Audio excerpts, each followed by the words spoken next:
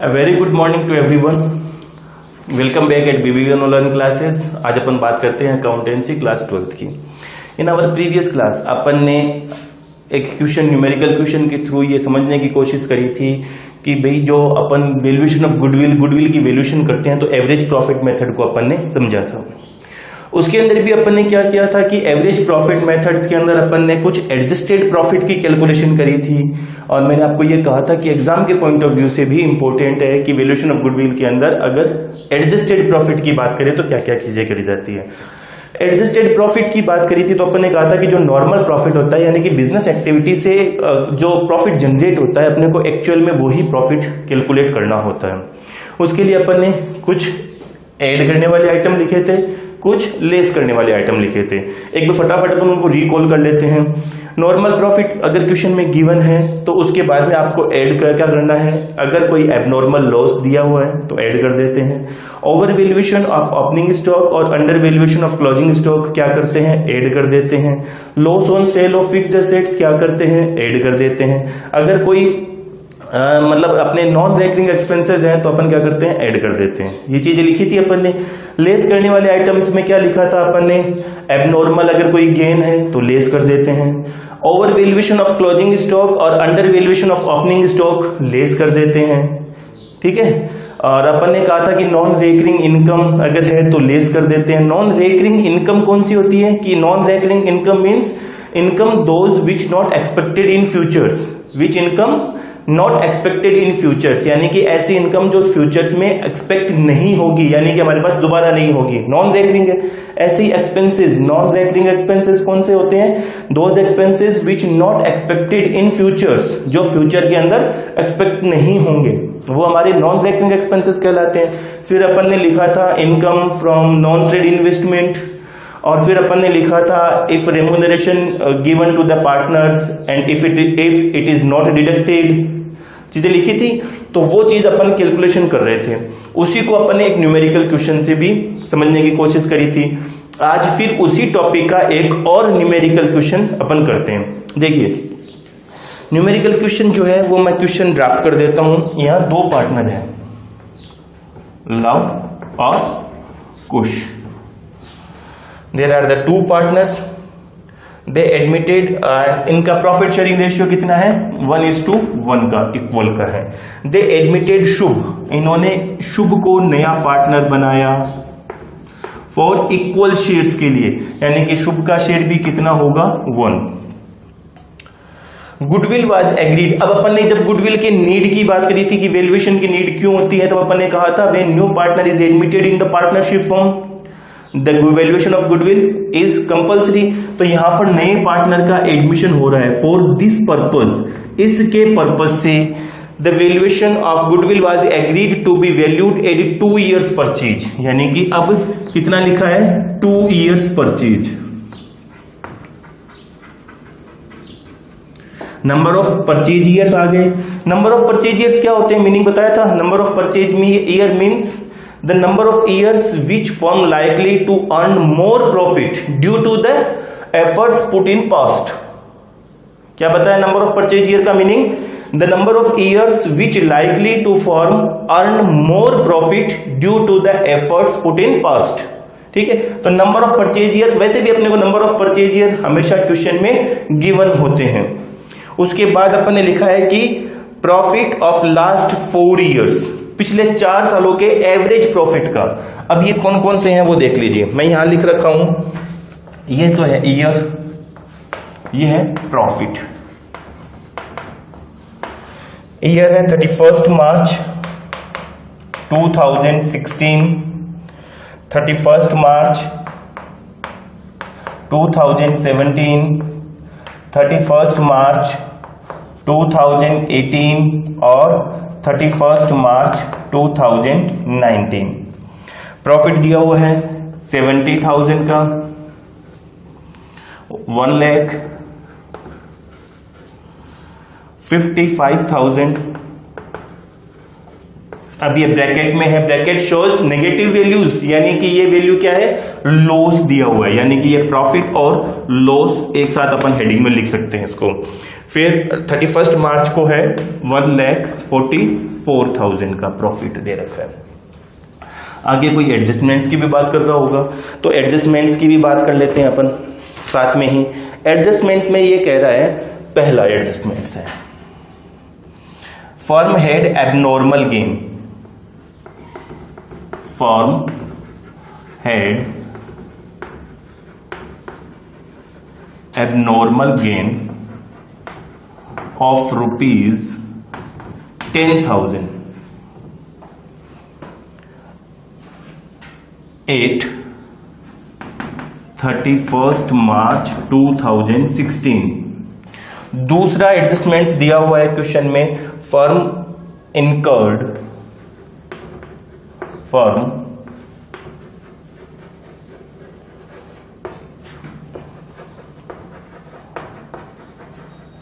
abnormal loss of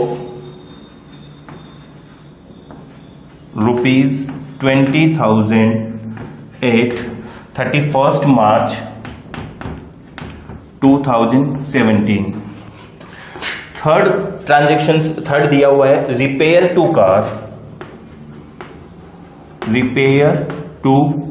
car amounting to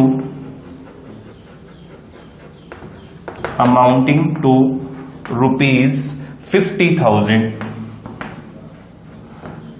wrongly debited to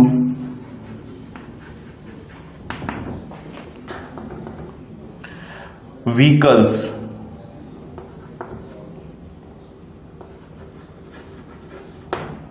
on 1st June 2017। 1st June 2017 depreciation was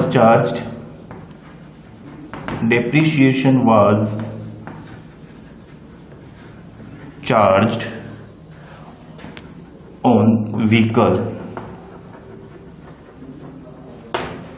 at the rate of 12% per annum on straight line method,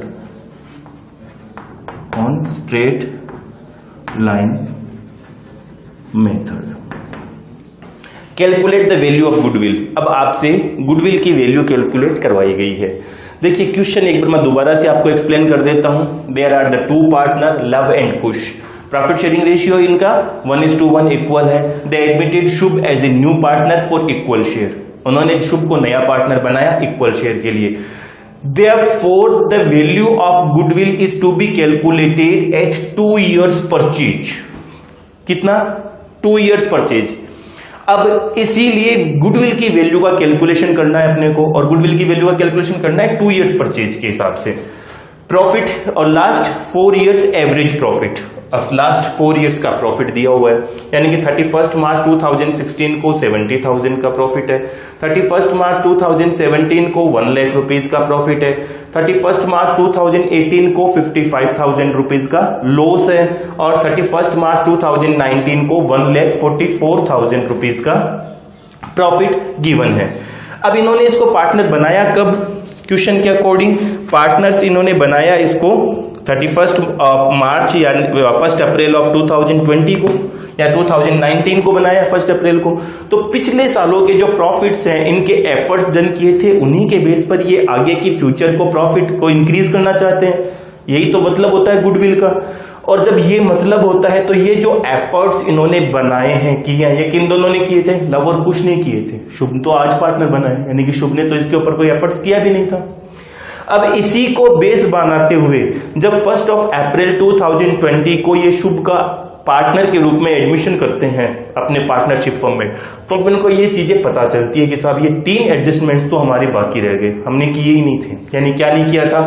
firm had abnormal gain of ₹10,000 at 31 March 2016, यानी कि ये जो 70,000 का profit दिया हुआ है, इसमें 10,000 का एबनॉर्मल गेन इंक्लूडेड है।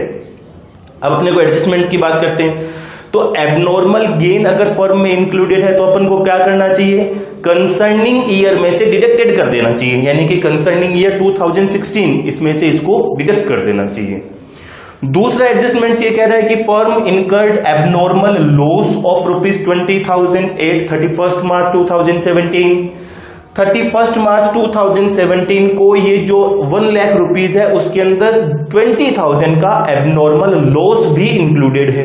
इट मींस अब अपने को क्या करना चाहिए, ये 20,000 का एबनॉर्मल लॉस इसमें ऐड कर देना चाहिए, यानी कि एबनॉर्मल गेन तो अपन ने माइनस कर दिया, लेस कर दिया, एबनॉर्मल लॉस को क्या कर दिया, ऐड कर दिया। अब देखिए third transaction, repair to car amounting to ₹50,000। अपन ने कोई कार रिपेयर करी थी, यानी कि रिपेयर करी थी, ये कौन से हेड में जाना चाहिए, रिपेयर्स में जाना चाहिए, यानी कि रेवेन्यू एक्सपेंसेस होने चाहिए थे, but wrongly debited to the vehicle account. अपन ने क्या किया, व्हीकल अकाउंट को डेबिट कर दिया। व्हीकल अकाउंट को डेबिट करने से इसका इफेक्ट क्या हुआ, हमारी कार की वैल्यू बढ़ गई।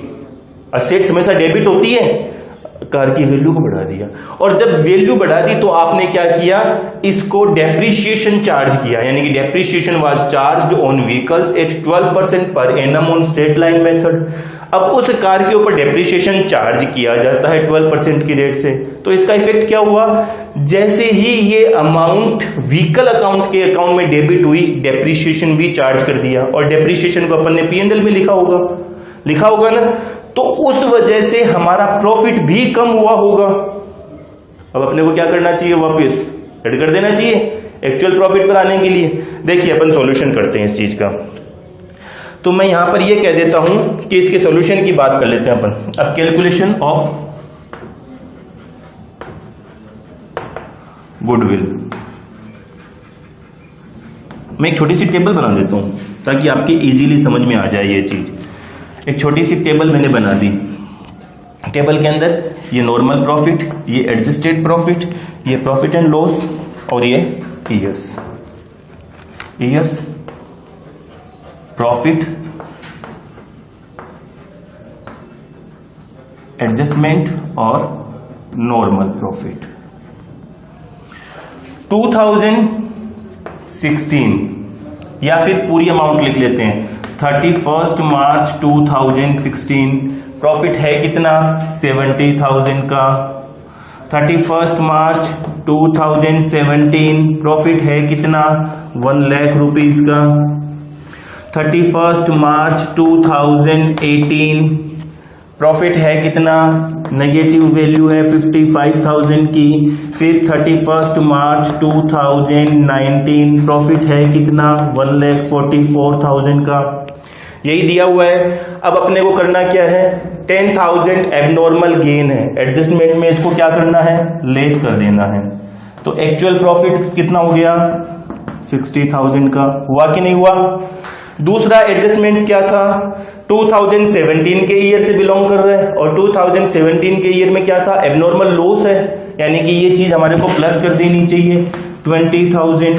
तो हमारा प्रॉफिट कितना आ गया, 1,20,000। अब 31 मार्च 2019 को हमारा लॉस कितना है, 55,000 का लॉस है, नेगेटिव वैल्यू है। और अब हमने ये डेबिट कर दिया था 50,000 की वैल्यू को डेबिट कर दिया था, जिसकी वजह से डेप्रिसिएशन भी हुआ। देखो समझना एक बार, 55,000 का 12% की रेट से ये किया कब था, डेट 1 जून को, यानी कि जून से स्टार्ट करें तो जून, जुलाई, अगस्त, सितंबर, अक्टूबर, नवंबर, दिसंबर, जनवरी, फरवरी, मार्च, 10 मंथ्स का डेप्रिसिएशन भी लगा होगा।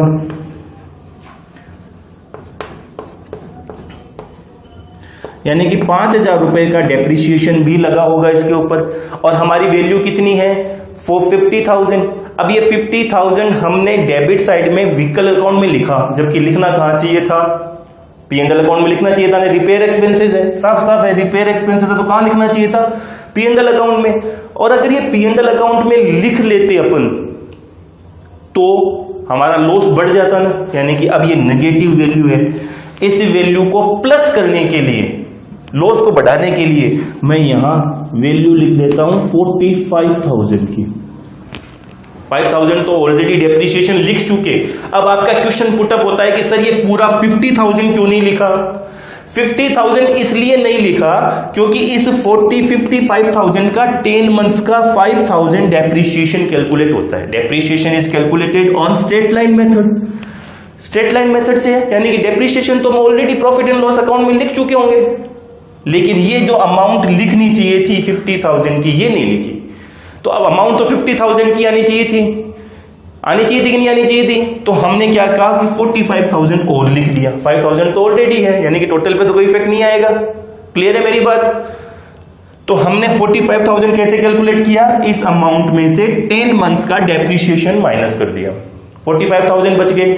अब हमारा लॉस बढ़ना चाहिए साहब, नेगेटिव वैल्यू है, अगर मैं यहां पर प्लस की वैल्यू कर दूं तो नेगेटिव प्लस माइनस माइनस हो जाता है, यानी कि इसको माइनस कर देगा, अपने को तो प्लस करना है। अब प्लस कर देते हैं तो ये हमारी वैल्यू बन जाती है 1 लाख नेगेटिव की।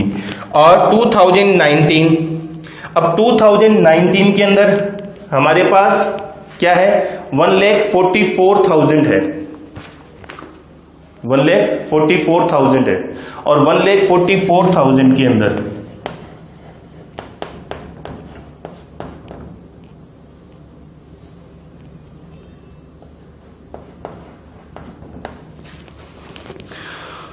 $1,44,000 हमने डेप्रिसिएशन भी लगा दिया होगा अगले साल।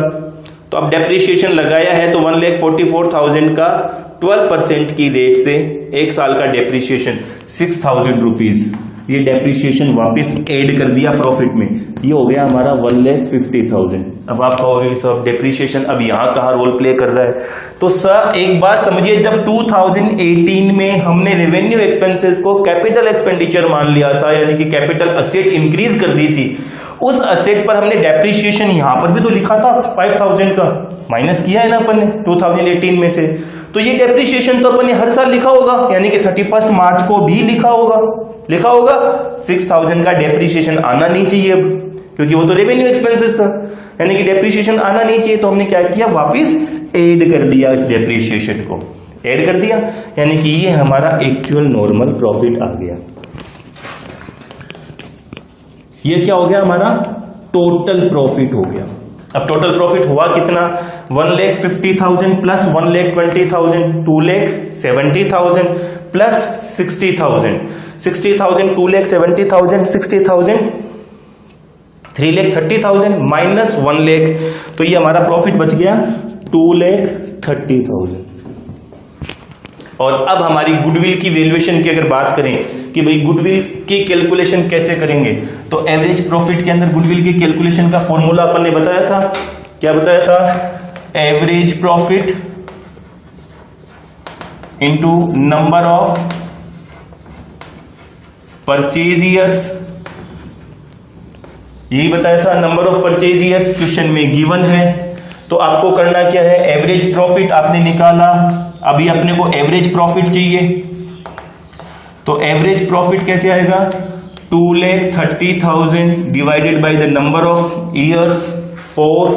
अब नंबर ऑफ ईयर्स 4 से आप इसको डिवाइड करोगे तो ये आ जाएगा अपना 57,500। इस 57,500 को मल्टीप्लाई कर दो नंबर ऑफ परचेज ईयर 2 से। जब 2 से इसको मल्टीप्लाई कर देंगे तो ये हमारी वैल्यू आ जाएगी 1,15,000। ये हमारी क्या होगी? गुडविल की वैल्यू होगी। क्या होगी? गुडविल की वैल्यू होगी। क्लियर है? एक बार दोबारा से फटाफट एक्सप्लेन कर लेते हैं इस चीज को कि दोनों पार्टनर थे, शुभ को पार्टनर बनाया इक्वल शेयर के लिए। therefore this reason where the value of goodwill is to be calculated by the 2 years purchase, और जो 4 साल का प्रॉफिट दिया हुआ था, एवरेज प्रॉफिट ऑफ 4 years, उस प्रॉफिट के अंदर एडजस्टमेंट्स अपन ने किया, यानी कि अपने को एडजस्टेड प्रॉफिट कैलकुलेट करना था। अपन ने एडजस्टेड प्रॉफिट को कैलकुलेशन किया। उस एडजस्टेड प्रॉफिट का कैलकुलेशन करने के बाद में ये एक्चुअल में हमारा नॉर्मल प्रॉफिट हुआ। इसका हमने एवरेज कैलकुलेट किया।